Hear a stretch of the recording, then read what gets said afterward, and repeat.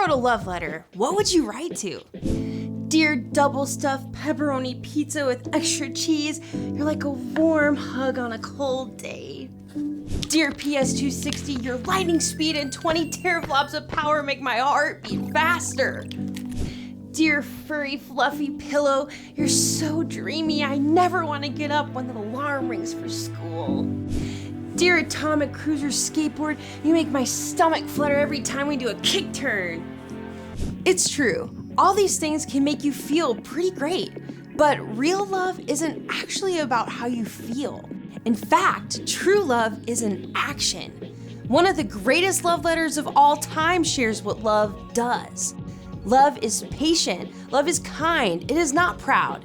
It doesn't dishonor other people. It does not look out for its own interests. It does not easily become angry. It doesn't keep track of other people's wrongs. It always protects, it always trusts, it always hopes. It never gives up. Love never fails. And the best part, you don't have to come up with this kind of love on your own. Ask God, and God will pour out love to share with everyone you meet. Then others can see God at work in you. That's why love is an amazing way to worship God with your life. Because worship is about more than just singing loud. It's all about living loud.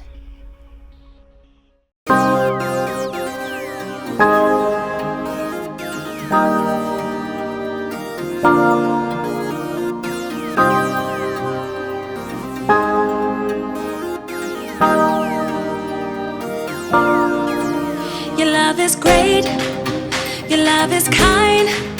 You calm my fear, break every lie. Your love is good, your love is true. Your love won't fail, you'll see me through. How amazing is your love, so amazing. It's amazing, it's your love, how amazing is your love, so amazing.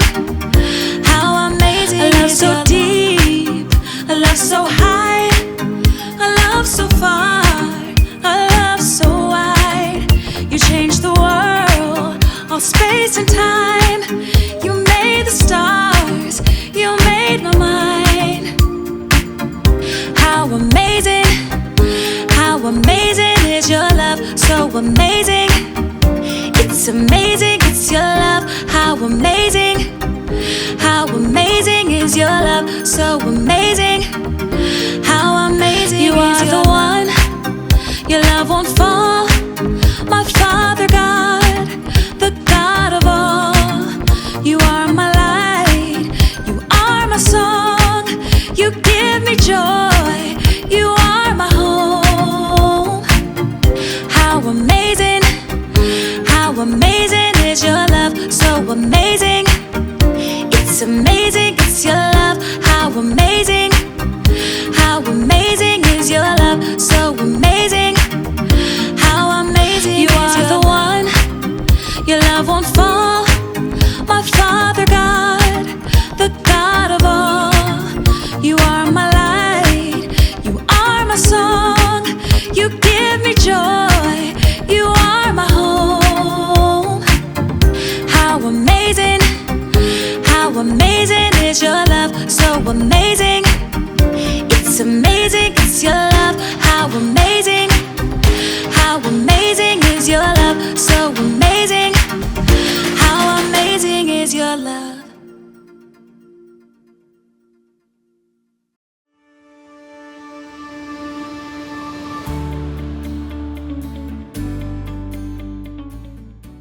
The longest fingernails are almost 30 feet long. That's 3 feet per finger. Oh, hey everybody. It's me, Jacob, just catching up on a little reading. I love to read. Sometimes it's just really nice to turn off all the screens and open up a good book. There are all kinds of books out there for all kinds of people. Like Westerns. This town ain't big enough for the both of us, partner.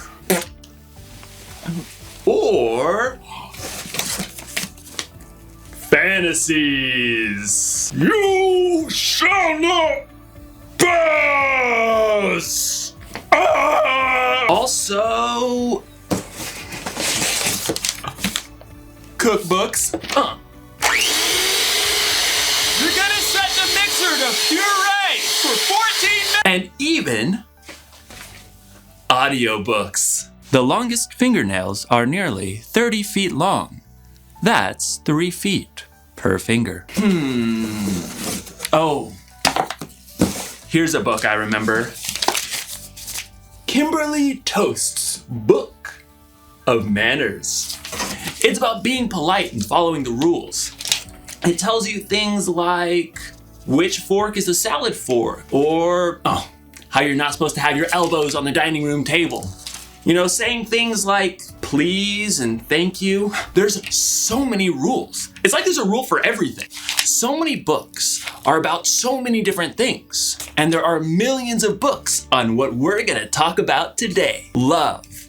Love is showing others how much they matter to you. Today's story is about love, and it's about rules. Really, it's about the most important rule ever, and how the people who saw only a book of rules were missing out on a way more epic love story.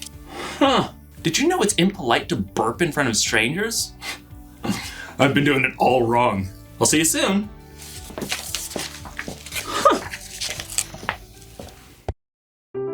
The Bible.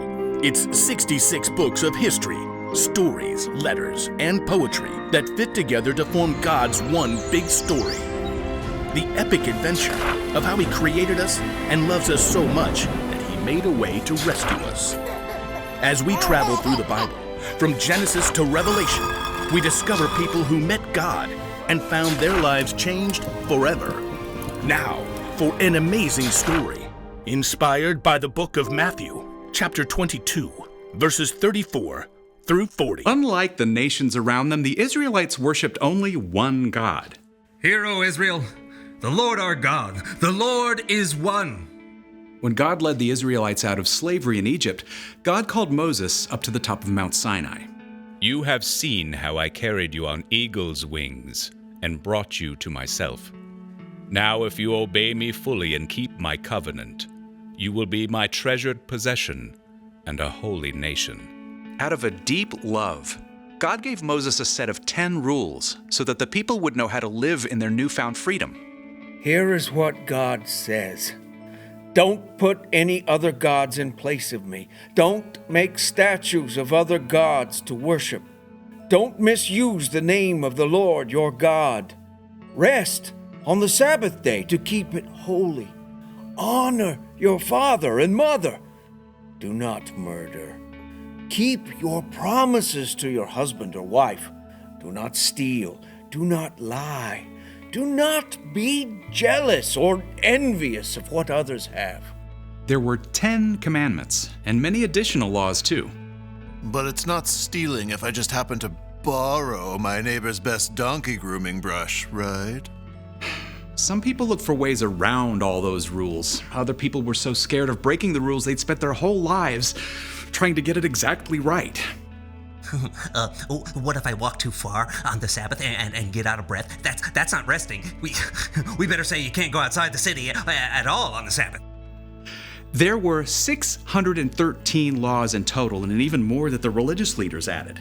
They spent hundreds of years trying to get those laws exactly right and to make sure others did too.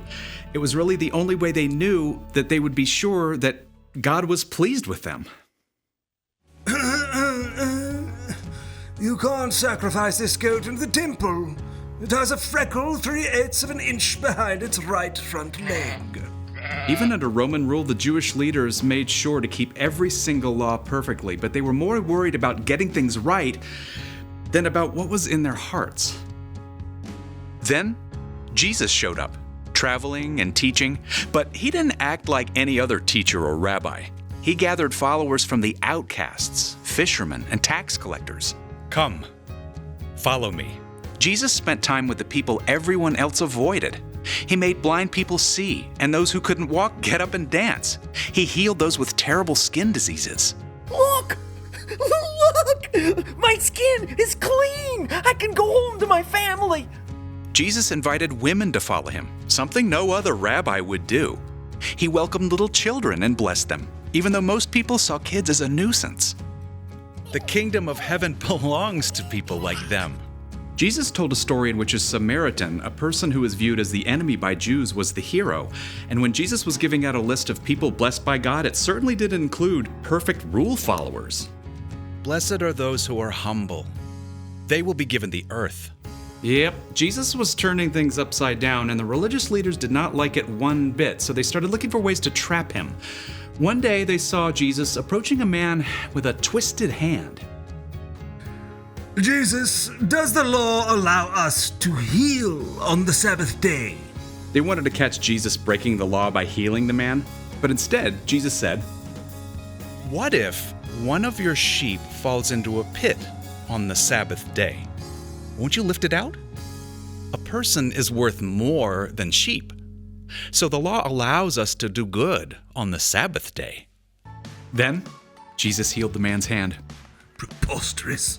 During Passover week, the whole city was stirred up to see what Jesus would do, and the religious leaders were desperate to silence him. Several of the leaders, called Pharisees, came to Jesus. One of them was an expert in all 613 laws, and he was sure he could turn the crowd against Jesus. Teacher, The law expert waited until there was a silence so that everyone would hear. which is the most important commandment in the law?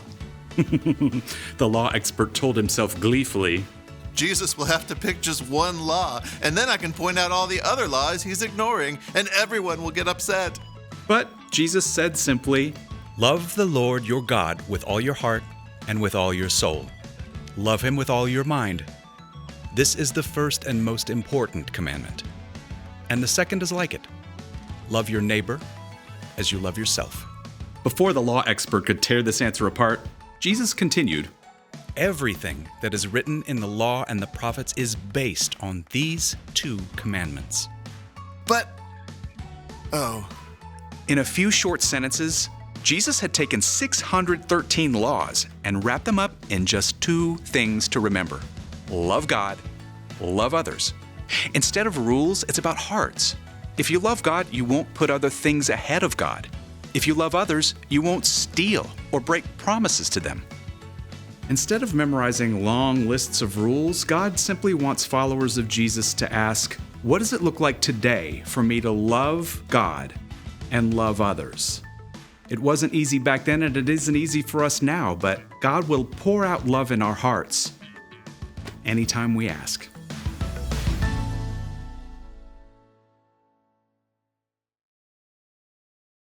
There are a lot of rules in life, and some people see this, the Bible, as a book of rules. And it's true, the Bible does include God's rules for our lives, but it's way more than that. It's a collection of stories. But a Samaritan came to the place where the man was. When he saw the man, he felt sorry for him. Letters. I, Paul, am writing this letter. Silas and Timothy joined me in writing. We are sending this letter to you, the members of the church in Thessalonica, anyway, the church in that place, poems and songs. The Lord is my shepherd. And a whole lot of history. The Bible was written by a bunch of different writers over hundreds of years. And yet somehow, miraculously, it tells the same epic love story. It's about God's amazing love for people throughout history, ending with God's amazing love for you and me. And Jesus boils all of God's rules for our lives down to this: love the Lord your God and love your neighbor. Love God and love others. And I think you could even say it like this: love God by loving others. Show you love God by loving the people God has created. So when you're kind to someone in need, you're loving God. When you cheer someone up who's sad, you're loving God. When you take care of someone who's sick, you're loving God. And when you forgive someone, you're loving God. So here's the one thing to remember today: love God by loving others. That's a good rule to follow. Way better than not belching in front of strangers.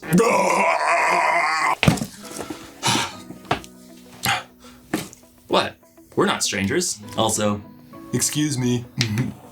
I'll see you next time.